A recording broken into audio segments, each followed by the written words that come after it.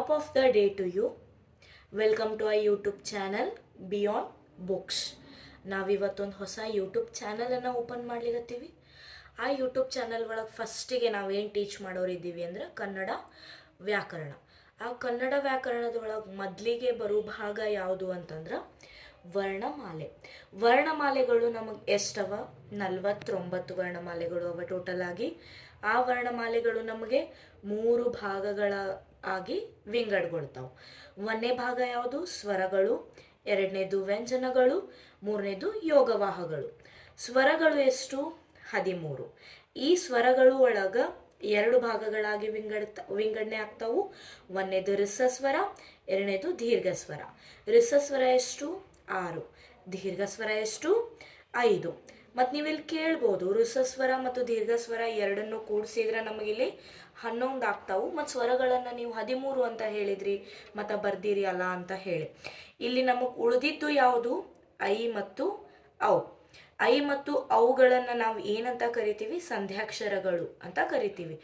I ಮತ್ತು ಔ ಋಸಸ್ವರದೊಳಗೂ ಬರಂಗಿಲ್ಲ ಮತ್ತು ದೀರ್ಘ ಸ್ವರದೊಳಗೂ ಬರಂಗಿಲ್ಲ. ಮತ್ತು ನೆಕ್ಸ್ಟ್ ಪಾರ್ಟ್ ಯಾವ್ದು ಬರ್ತದೆ ಅಂತಂದ್ರೆ ವ್ಯಂಜನಗಳು. ವ್ಯಂಜನಗಳು ಎಷ್ಟು? 34. ಆ ವ್ಯಂಜನಗಳ ಒಳಗೆ ಮತ್ತೆ 2 ಭಾಗಗಳಾಗಿ ವಿಂಗಡಣೆಗೊಳ್ಳಲಾಗ್ತದ. ಒಂದನೇದು ವರ್ಗೀಯ ವ್ಯಂಜನ ಮತ್ತು ಎರಡನೇದು ಅವರ್ಗೀಯ ವ್ಯಂಜನ. ವರ್ಗೀಯ ವ್ಯಂಜನ ಎಷ್ಟು? 25. ಅವರ್ಗೀಯ ವ್ಯಂಜನ ಎಷ್ಟು? 9. ವರ್ಗೀಯ ವ್ಯಂಜನಗಳ ಒಳಗೆ ಮತ್ತು 3 ಭಾಗಗಳನ್ನಾಗಿ ವಿಂಗಡಿಸಲಾಗಿದೆ. ಒಂದನೇದು ಅಲ್ಪಪ್ರಾಣ, ಎರಡನೇದು ಮಹಾಪ್ರಾಣ, ಮೂರನೇದು ಅನುನಾಸಿಕ. ಅಲ್ಪಪ್ರಾಣ ಎಷ್ಟವ? 10.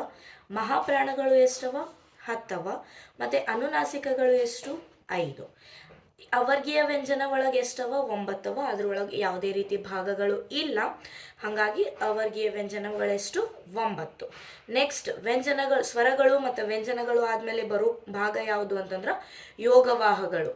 ಯೋಗವಾಹಗಳು ಎಷ್ಟು? 2. ಒಂದನೇದು ಅನುಸ್ವಾರ, ಎರಡನೇದು ವಿಸರ್ಗ. ಅನುಸ್ವಾರನ ನಾವು 0 ಅಂತ ಹೇಳಿ ಬರಿತೀವಿ. ವಿಸರ್ಗನ ಮೇಲೆ 1 0 ಕೆಳಗಡೆ 1 0 ಅಂತ ಹೇಳಿ ಬರಿತೀವಿ. ಮತ್ತು ನಾನು ನಿಮಗಿಲ್ಲಿ ಇನ್ನೂ ಒಂದ್ಸಲ ನೆನಪು ಮಾಡ್ತೀನಿ. ಏನು?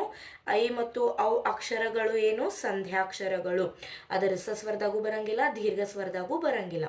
ಓಕೆ, ಅಂದ್ರೆ ನೆಕ್ಸ್ಟ್ ಕ್ಲಾಸ್ ಒಳಗೆ ನಾವು ಸ್ವರಗಳು ಎಂದರೇನು, ವ್ಯಂಜನಗಳು ಎಂದರೇನು, ರಿಸಸ್ವರ, ದೀರ್ಘಸ್ವರ, ಅಲ್ಪಪ್ರಾಣ, ಮಹಾಪ್ರಾಣ ಎಲ್ಲಾನು ಹೇಳೋಣ. ಮತ್ತು ನಾನು ಈ ಚಾರ್ಟನ್ನು ಫೋಟೋ ಹಾಕ್ತೀನಿ.